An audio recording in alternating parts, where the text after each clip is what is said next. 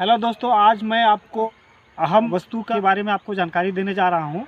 उसका हमारे जीवन में, हमारे शरीर में कितना महत्वपूर्ण योगदान रहा है, जिसको हम लोग आम भाषा में धनिया बोलते हैं।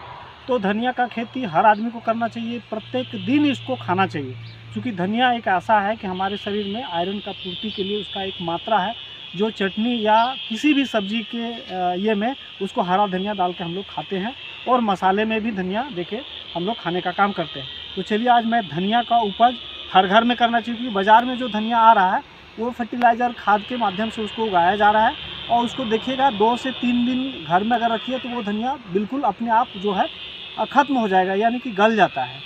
लेकिन ये जो आपका घर का धनिया है, जो घर में गमला में भी उगा सकते हैं, प्लास्टिक का गमला अगर आपके पास है तो गमले में भी उगा सकते हैं। दूसरा है, आपके पास मिट्टी का गमला है, उसमें भी उगा सकते हैं।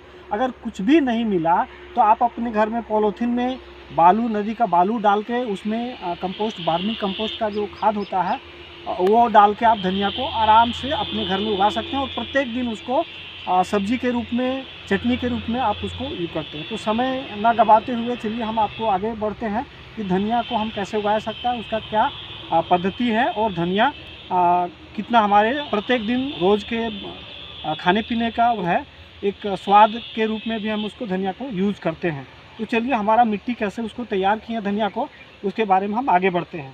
तो देखिए, हमारा जो मिट्टी है वो मिट्टी एकदम भुरभुरा है, और उसमें चूँकि धनिया का जो ये मिट्टी है उसमें एक क्वालिटी है कि हम उसमें किसी भी तरह का खाद, कंपोस्ट का यूज़ नहीं करते हैं। तो हमने जो मिट्टी में जो एक क्वालिटी डाला है, केवल और केवल गोबर डाला है। गाय का गोबर हो, भैंस का गोबर हो, अब जो भी हो, गोबर होना चाहिए। उससे हमारा धनिया सही मिलता है, और उसका खाने का स्वाद ही कुछ और आता है, टेस्ट भी अलग आएगा। आप अगर बाज़ार के खाद के द्वारा भी उगा सकते हैं, लेकिन उसका टेस्ट कुछ अलग होगा। तो चलिए, हम समय न गंवाते हुए धनिया को और आगे कैसे किया जाए उसको हम लोग बताते हैं। तो सबसे पहले हम बाज़ार से जो धनिया लाएंगे, वो हमारा धनिया को आधे घंटे पानी में इस तरह से भिगो के हम लोग छोड़ देंगे। भिगोने से क्या होगा, उसमें जो सूखापन है वो पानी खींच लेगा, इससे अंकुरित जल्दी होगा। इसीलिए हम धनिया को बिजाई करने से पहले हम उसको पानी से भिगो देंगे, केवल आधा घंटा 1 घंटा तक हम केवल उसको पानी में छोड़ देंगे इस तरह से। और हमारा जो धनिया होगा, अब हम इसको बारीकी से, चूँकि कोई भी बीज होता है तो वो बहुत ही महंगा होता है, और एक एक बीज का महत्व है अगर हम लोग बात करें तो इसीलिए हमारा एक भी बीज है वो बर्बाद ना हो जाए, नष्ट ना हो, उगे नहीं, जिसके कारण हम धनिया को भिगाते हैं, ताकि सभी धनिया का सूखे दाने होते हैं, और उस सूखे दाने में पानी अवशेष कर लेता है, जिसके कारण हमको अंकुरित होने में आसान होता है। तो अब हम इसको बिजाई के लिए हम तैयार हैं। आइए हम देखते हैं कैसे हमारा जो इसको पानी से निकाल लिए, और अब हम इसको बारीकी से बिजाई करेंगे। तो ये देखिए, हमारा धनिया है, इस तरह से हम बिजाई करेंगे बहुत बारीकी से, क्योंकि ये जो दाना है वो हम मिट्टी में अब डाल रहे हैं, आप देख पाएंगे, और साथ में देख पाएंगे कि अभी भी हमारा जो मिट्टी में है केचुआ दिख रहा है।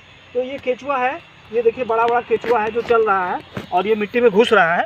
तो ये आप देख पाएंगे कि केचुआ किस तरह से है, और सारा केचुआ जो है हमारा मिट्टी में है, इसीलिए हम उसको धनिए के बेड में केचुआ हमारा काम करेगा, खाद का काम करता है केचुआ, और धनिया को अच्छा से अच्छा धनिया उगाने में केचुआ हमारा बहुत मदद करता है। तो अब हम सारे बेड में हमने धनिया का बीज जो है डाल दिया है, और बहुत बारीकी से, ज़्यादा नहीं देंगे।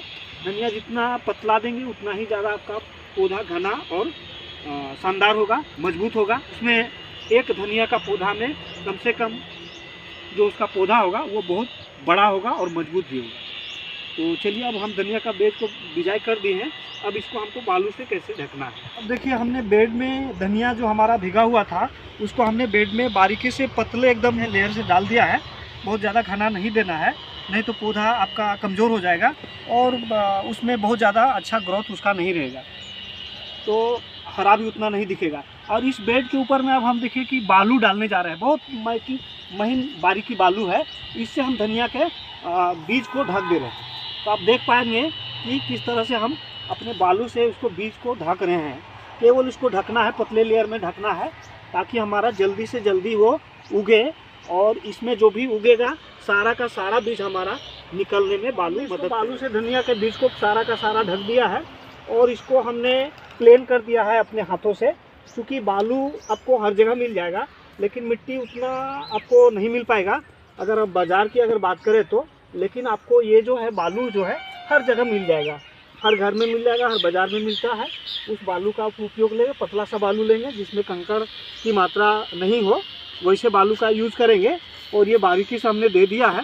और अब देखिए हमारा धनिया है, इसको हम कल से पटावन कर देंगे ताकि इसमें नमी बरकरार रहे, बेड हमारा सूखे नहीं तो फिर धनिया क्या है ना सूख जाएगा।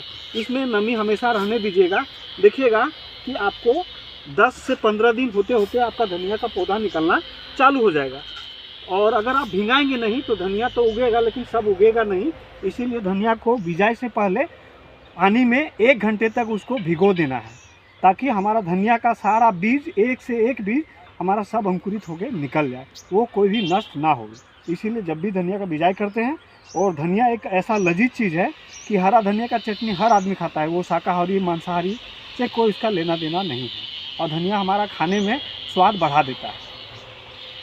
तो चलिए, अब हमारा धनिया का आपने बिजाई देख लिया, और धनिया का बिजाई का जो आप लाभ ज़्यादा से ज़्यादा लाभ उठाइए। हमारा वीडियो देखने के लिए धन्यवाद। और जितने भी लोग हमारी वीडियो को देख रहे हैं, धनिया का जो खेती का हमने जो वीडियो बनाया है, ये ज़्यादा से ज़्यादा लोगों तक शेयर कीजिए, लाइक कीजिए और सब्सक्राइब कीजिए।